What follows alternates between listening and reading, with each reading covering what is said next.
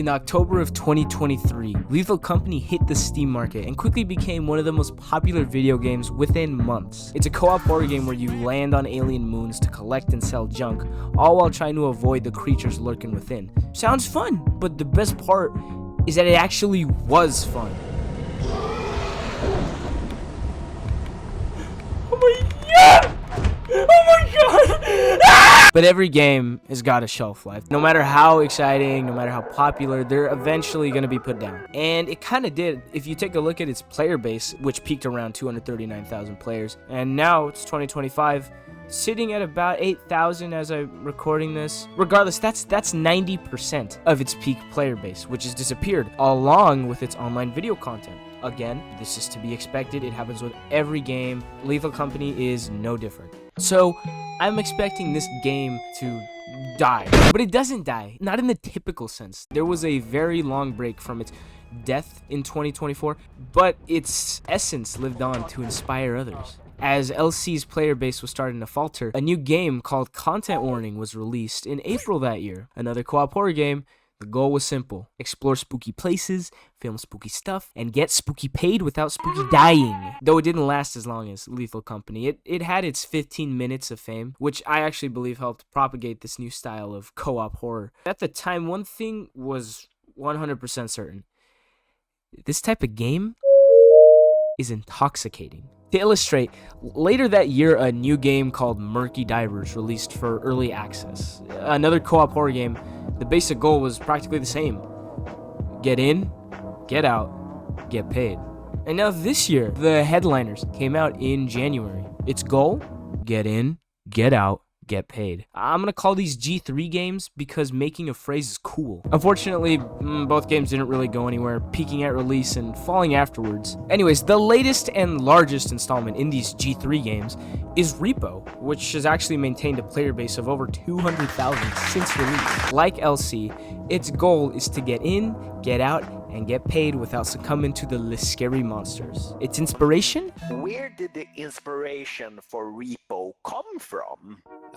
Believe it or not, but R.E.P.O actually started out as a single-player horror game. Many may think the obvious inspiration comes from a certain game, but that's not how it actually was, and we will provide more. It's Lethal Company. It's way too bold for me to say that Lethal Company invented this type of game, but it most certainly popularized it, especially when it comes to online content. And it makes sense because these types of games thrive off this system of a multiplayer world interaction. It's why so many of these clips go viral, because of all the chances there are for dumb shit to happen. And with that being said, I am faced with a question, which is, why do so many of the other games plummet in player count? It could be as simple as they just don't have that little spark that warrants people playing for more than a week. I mean, if we look at enticing creature design, maps, gameplay, these are places where both Lethal Company and R.E.P.O excel at.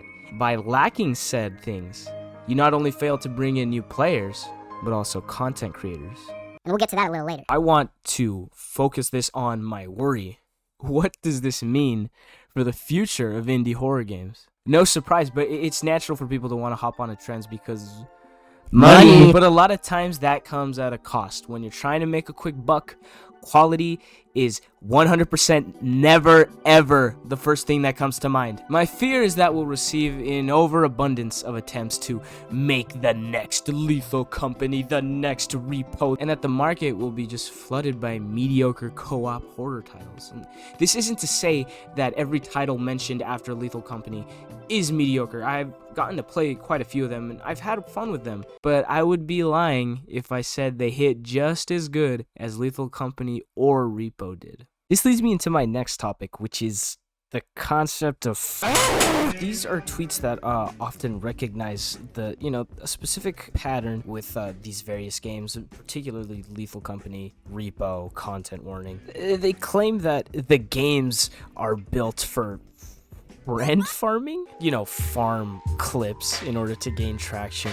Yeah, one of these tweets was joking, but there is validity in this concern, though it does come across as snobby. At least from those who aren't joking, these games do thrive off of that multiplayer world interaction. But I think calling friend slopping to these games in particular, terrible.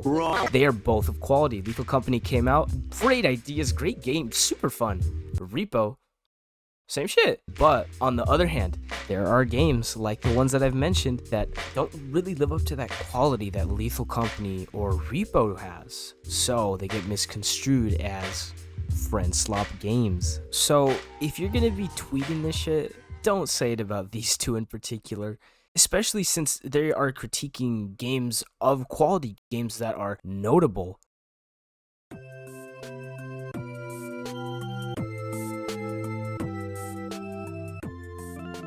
When trends like this pop up, it confines not only game devs, but also content creators, who further the demand with the content that they make. Think back to any big game in the past, let's go back to Five Nights at Freddy's. You'll see that none of those games would be where they are without their creators.